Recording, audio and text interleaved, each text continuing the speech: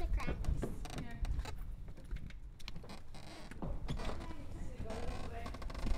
The cracks are here. When a house sits with no heat, no air conditioning, it starts to deteriorate. So even the first assessment of our house is not even good anymore. Engineers have to come look at it. Okay. Yeah, it was a 3-bedroom, 2-bath.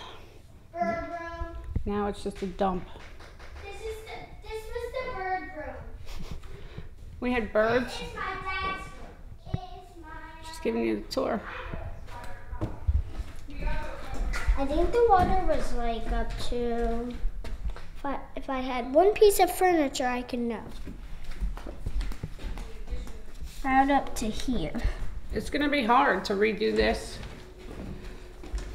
because they want to lift what's here, and I don't understand how you can lift what's here after it's set this long. I mean, I know some of the wood, it can be good. Mom, I could have drowned in here. Yep. Well, I think it only came up to here.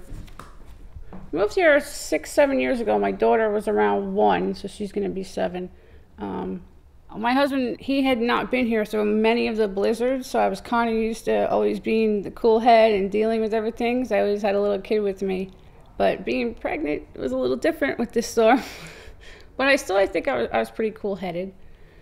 I was 8 months pregnant, and I should have left. When the cops would drive by, I would look out that door and go, okay, well, yeah, we're going to go. We think we're going to leave. And we were packed. We had stuff in the truck. I took it out of the truck, thank God, because anything I didn't take out of the truck was destroyed, because both of our trucks were completely destroyed.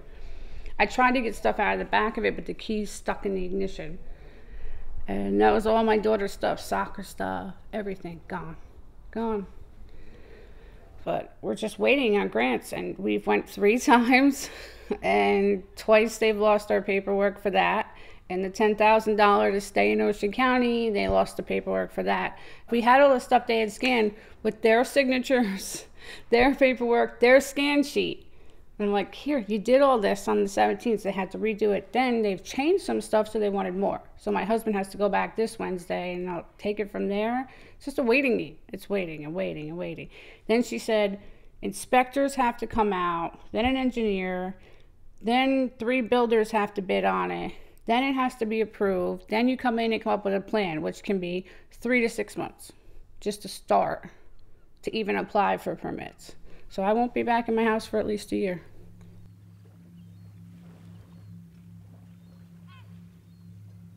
But we're kind of sick of it. There's days where you're sick of it. You just don't want to do it. You want to walk away. You don't want to give up.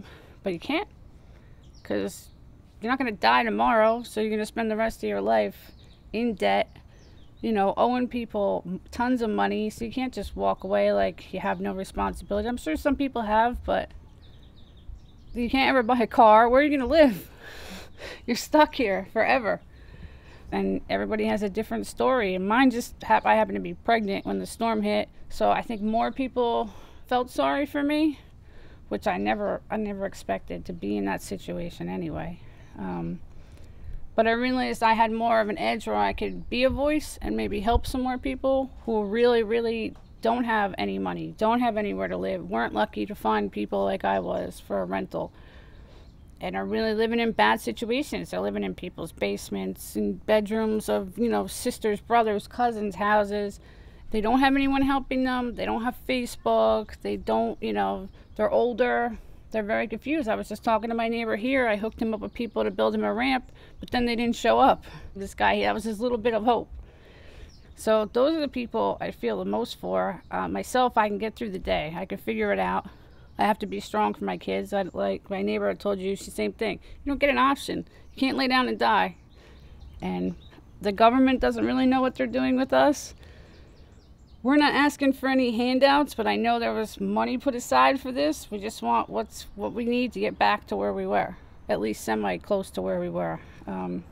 Everything else can come in time. You know, material items can come in time, but we could start with the base of a house and a kitchen and a bathroom. We could take it from there. I could sleep on an air mattress. I don't care until we get where we have to be. So I call it the hamster on the wheel. We're just going to keep running, and eventually maybe we can get off the wheel and we'll be home.